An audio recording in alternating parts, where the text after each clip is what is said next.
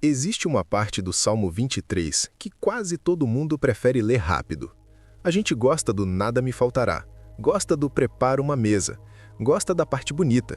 Mas quando chega em ainda que eu ande pelo vale da sombra da morte, algo dentro de nós encolhe, porque o vale não combina com a ideia que criamos de proteção.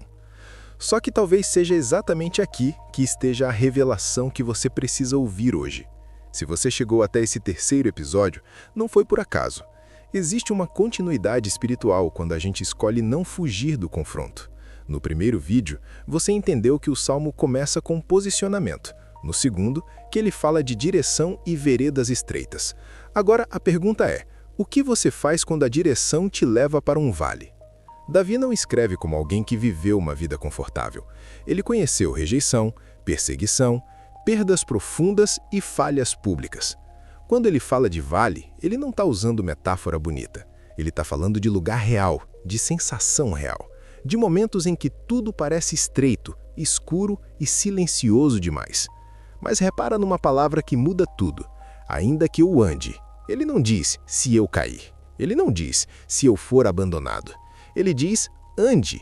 O vale é caminho, não é destino. Vales são lugares baixos, e ninguém gosta de estar embaixo. A gente quer o monte, o destaque, a conquista visível. No monte você é celebrado, no vale você é tratado. No monte você aparece, no vale você é ajustado. E talvez o que você esteja vivendo hoje não seja atraso, mas tratamento. Não seja abandono, mas alinhamento. O texto não fala vale da morte, fala vale da sombra da morte. Sombra não é a coisa em si, sombra é projeção. Isso significa que muitas vezes o que te paralisa não é o fato em si, mas a interpretação que você faz dele. O medo projeta sombras maiores do que a realidade. A dor projeta cenários definitivos que nem sempre são verdadeiros. Davi atravessa dizendo que não temerá, não porque o vale não seja real, mas porque a presença é mais real do que a sombra. E aqui está algo que muita gente ignora. O vale revela em quem você realmente confia. Enquanto tudo está funcionando, é fácil dizer que Deus é pastor. Mas quando a luz diminui, quando as respostas demoram, quando o cenário não muda na velocidade que você queria, aí se revela se sua fé era discurso ou dependência. O vale não cria o caráter, ele revela o caráter que estava escondido. Talvez você esteja pedindo para sair do vale, mas o céu esteja perguntando, você já aprendeu o que veio aprender aqui? Porque Deus não desperdiça processos. Ele não leva ninguém para um lugar sem propósito. O problema é que nós confundimos desconforto com erro. Às vezes, o caminho certo é desconfortável mesmo. Às vezes, a maturidade nasce exatamente no lugar que você queria evitar. Quando Davi diz, porque tu estás comigo, o texto muda novamente de linguagem. Ele não fala mais sobre Deus, ele fala com Deus. No vale, a fé deixa de ser teoria e vira diálogo. É no vale que a oração deixa de ser automática e vira dependência real.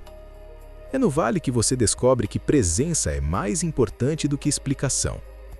E talvez hoje você esteja atravessando um vale emocional, financeiro, familiar ou espiritual. Talvez você esteja cansada de lutar contra pensamentos repetitivos, contra ciclos que parecem não terminar. Mas e se esse vale não for um castigo? E se ele for um portal? Um lugar onde versões antigas de você precisam morrer para que uma versão mais alinhada nasça. O vale expõe o que precisa ser curado. Ele tira as distrações, diminui o barulho, confronta as ilusões. No vale, você não consegue sustentar máscaras por muito tempo. E isso dói, mas também liberta. Porque aquilo que é tratado no secreto sustenta você no público depois. Existe também um padrão bíblico que confirma isso. Israel atravessou o deserto antes da promessa. José atravessou a prisão antes do governo. Jesus atravessou o Getsêmani antes da ressurreição.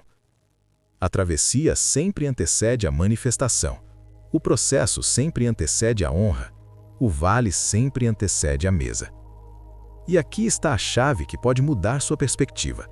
O texto não diz que Deus remove o vale. Ele diz que ele está presente nele. Isso significa que a promessa não é a ausência de dificuldade, é companhia na dificuldade. Não é caminho sem tensão, é direção mesmo na tensão. Talvez você esteja tentando fugir do vale tomando decisões precipitadas, desistindo de relações, abandonando processos, mudando de rota por impulso. Mas se você sair antes da hora, pode acabar voltando para a mesma lição em outro cenário. Porque Deus não pula etapas.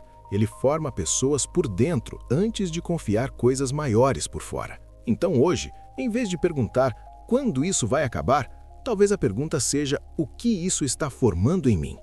Em vez de perguntar por que comigo, talvez seja para quê. O vale não define sua identidade. Ele desenvolve sua profundidade. E existe algo poderoso nisso tudo. Davi não para no vale, ele atravessa. O texto não termina na sombra. Ele continua até a mesa, até a honra, até a permanência na casa do Senhor. Isso significa que o vale é parte da história, mas não é o final dela.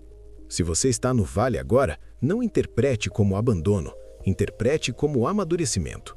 Não veja como punição, veja como preparação. Porque ninguém sustenta a honra se não aprendeu dependência, ninguém governa no alto se não aprendeu confiança no baixo. Hoje, a decisão não é sair correndo do vale, é atravessar com consciência, é escolher confiar mesmo quando não entende tudo. É permitir que Deus ajuste o que precisa ser ajustado, cure o que precisa ser curado e alinhe o que precisa ser alinhado. E se essa mensagem falou com você, não guarda só para você. Compartilha com alguém que está vivendo um vale silencioso. Se inscreve para continuar essa jornada, porque no próximo passo dessa série nós vamos entender por que a mesa é preparada na presença dos inimigos e o que isso revela sobre honra antes da vitória. O vale não é o fim, é passagem, e quem atravessa com fé sai diferente de como entrou.